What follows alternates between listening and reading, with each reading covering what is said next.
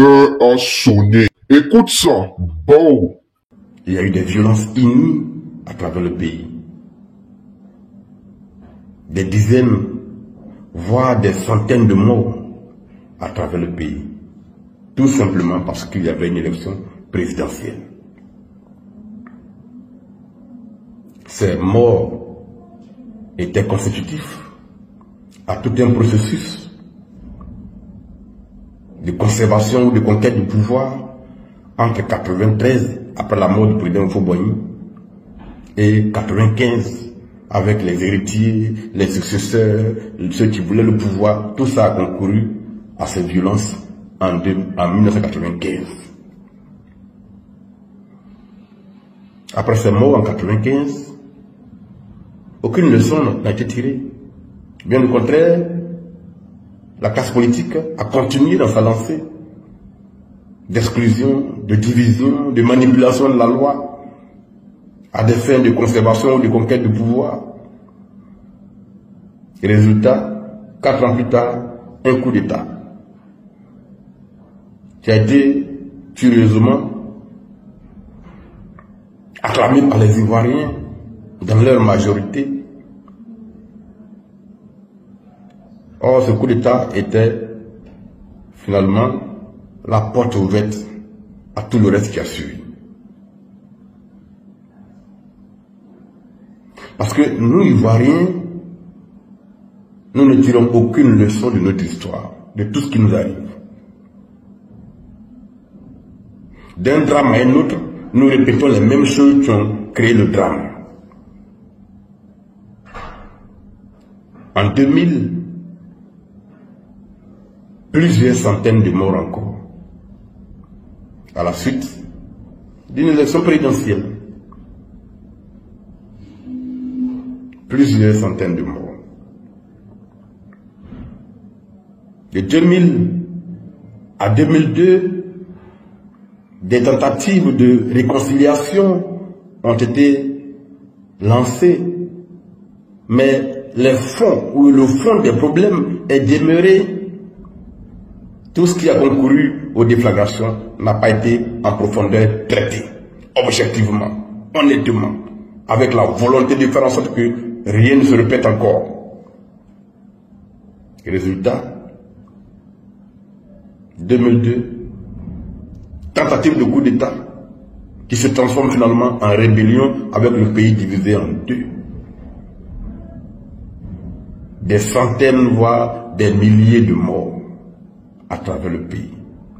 Tout ça pourquoi? Mais la politique, bien sûr, la politique, la conquête du pouvoir, sa conservation.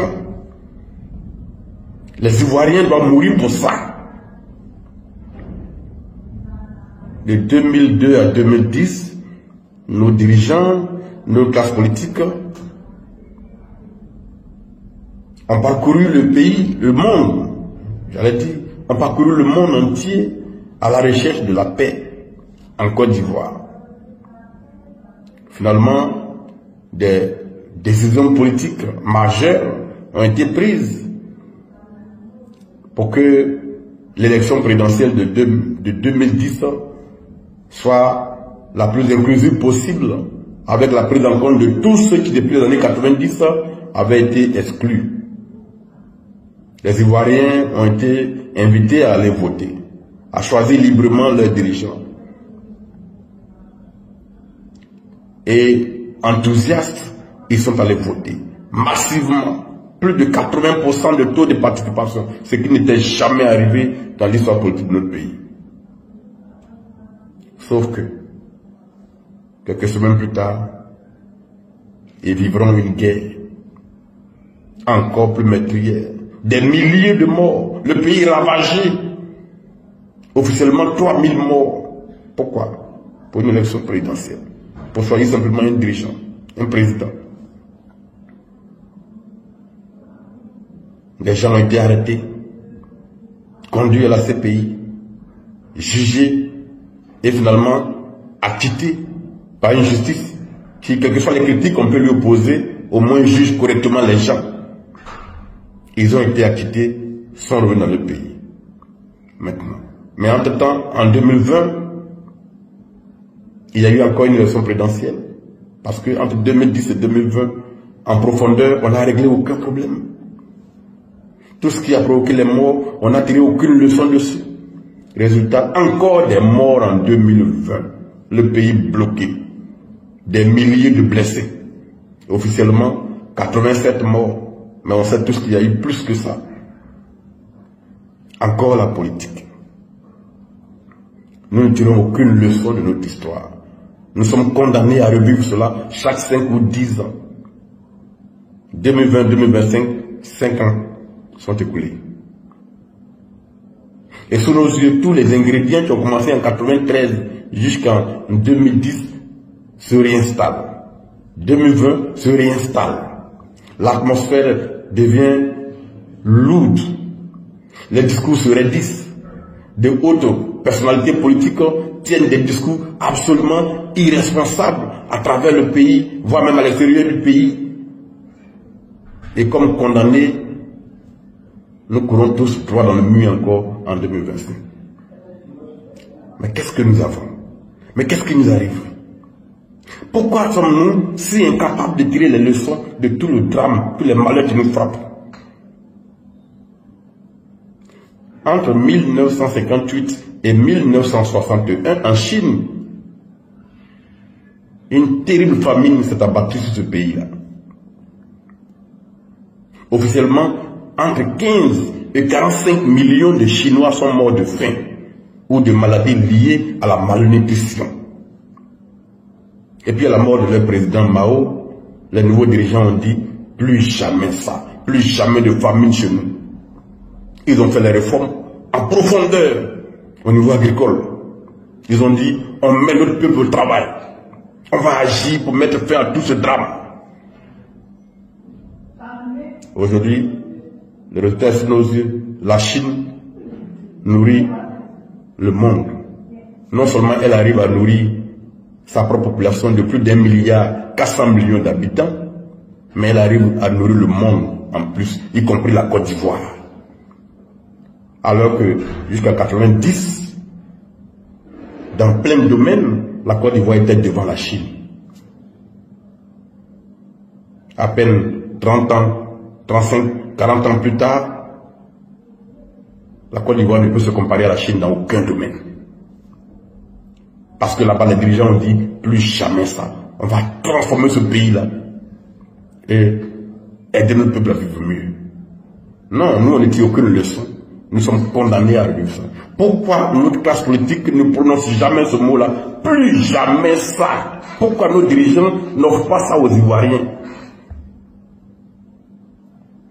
Nous avons créé un DCI pour faire la politique autrement, pour offrir de nouvelles perspectives aux Ivoiriens, pour prolonger, pour projeter la Côte d'Ivoire dans le futur.